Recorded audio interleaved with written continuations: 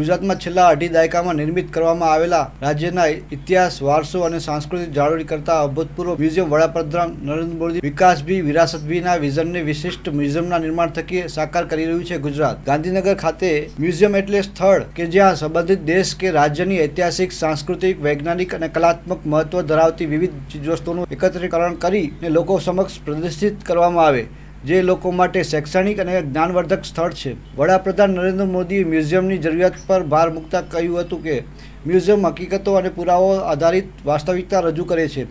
તે આપણને ભૂતકાળમાંથી પ્રેરણા પૂરી પાડે છે અને ભવિષ્ય પ્રત્યેની આપણી ફરજો પ્રત્યે આપણને સભાન કરે છે. તત્કાલીન મુખ્યમંત્રી અને ભારતના વર્તમાન વડાપ્રધાન નરેન્દ્ર મોદીના નેતૃત્વમાં છેલ્લા 2 દાયકામાં ગુજરાતમાં વિવિધ મ્યુઝિયમોનું નિર્માણ કરવામાં આવ્યું છે, જે રાજ્યના ઇતિહાસ અને સંસ્કૃતિને વિશ્વના લોકો સમક્ષ ઉજાગર કરે છે. તાજેતરમાં જ મુખ્યમંત્રી ભૂપેન્દ્ર પટેલની નેતૃત્વમાં ગુજરાતના વડનગર ખાતે ભારતના સૌપ્રથમ આર્કિયોલોજીકલ એક્સપિરિયન્સ મ્યુઝિયમનું નિર્માણ કરવામાં આવ્યું છે, જે પ્રાચીનતમ વડનગર શહેરનો ભવ્ય ઇતિહાસ રજૂ કરે છે. વડનગરના બહુસ્તરીય સાંસ્કૃતિક ઇતિહાસને ઉજાગર કરવા માટે 2500 વર્ષથી પણ વધુ સમયથી આ શહેરમાં થતી માનવ ઉત્ક્રાંતિને પ્રદર્શિત કરવાનો છે.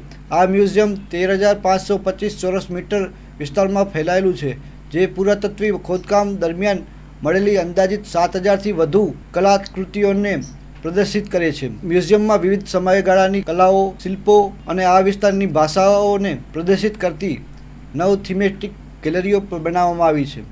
વિશ્વના 7 સૌથી સુંદર મ્યુઝિયમની યાદીમાં સામેલ ભુજનું સ્મૃતિવન ભૂકંપ સ્મારક ગુજરાતમાં 2001માં આવેલા ભૂકંપ દરમિયાન કચ્છમાં જીવ ગુમાવનાર નાગરિકોની સ્મૃતિમાં વડાપ્રધાનની પ્રેરણાથી સ્મૃતિ ભૂકંપ સ્મારકનું નિર્માણ કરવામાં આવ્યું છે. 470 એકર વિસ્તારમાં ફેલાયેલા સ્મૃતિવનમાં વિશાળ મિયાવાકી જંગલ આવેલું છે.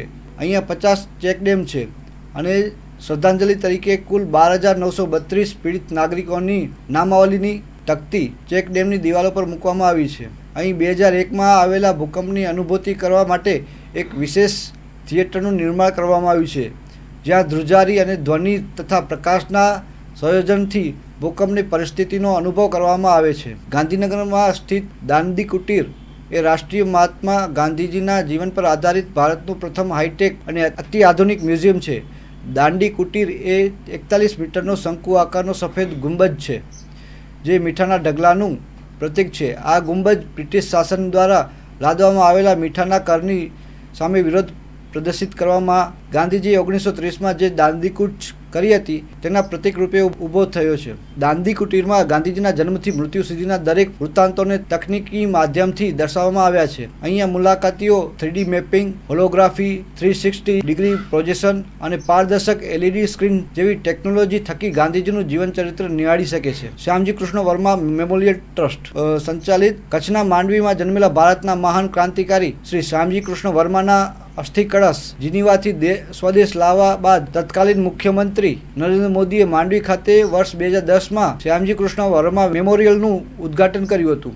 આ ક્રાંતિ તીર્થમાં આઝાદીની લડતના 1857થી 1947 સુધીના 90 વર્ષની ઇતિહાસની પ્રમુખ ઘટનાઓની તારીખ અને ક્રાંતિકારી દેશભક્તોના ચરિત્ર સમર્પણ ગાથા પ્રસ્તુત કરવામાં આવી છે.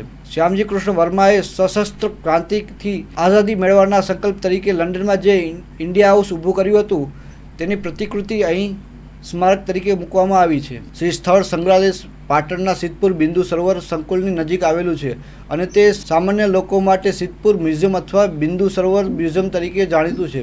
વર્ષ 2010માં તત્કાલીન મુખ્યમંત્રી નરેન્દ્ર મોદીના નેતૃત્વ હેઠળ રાજ્યના તત્કાલીન પ્રવાસન મંત્રીએ આ સંગ્રહાલયના નિર્માણની દરખાસ્ત કરી હતી અને 2017માં આ મ્યુઝિયમનું લોકાર્પણ કરવામાં આવ્યું હતું. આ મ્યુઝિયમ સિદ્ધપુરના વૈભવી ઇતિહાસનું પ્રદર્શિત કરે છે. આ મ્યુઝિયમમાં 3 ગેલેરીઓ છે, જેમાં તીર્થ ગેલેરી, ઇતિહાસ ગેલેરી અને સમાજ ગેલેરીનો સમાવેશ થાય છે.